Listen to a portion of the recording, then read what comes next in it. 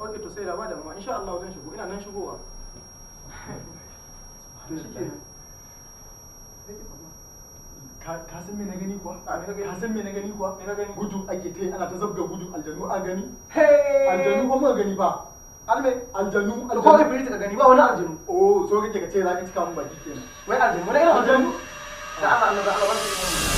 Kai yanzu ba ka tsoron aljanu? Da Allah Allah ba su irin wannan wani irin aljanu. Kai ne daban ne. Ka nan ba gaskiya Kai ba za ka gaba kenan. Wani irin Ni bari ka gani ni guduwa zan yi dan wallahi tsoron aljani ne kake. Wallahi tsoron aljani ne kanka kake. ake jiwa ma gaci ya fada rijiya. Kai kanka ake ba wani aljanu ba wani aljanu. Me da wani aljanu? Wani aljanu. To yanzu kai ne ka na dawa. Ani na gashi gari na gashi. Ka tafi da ni.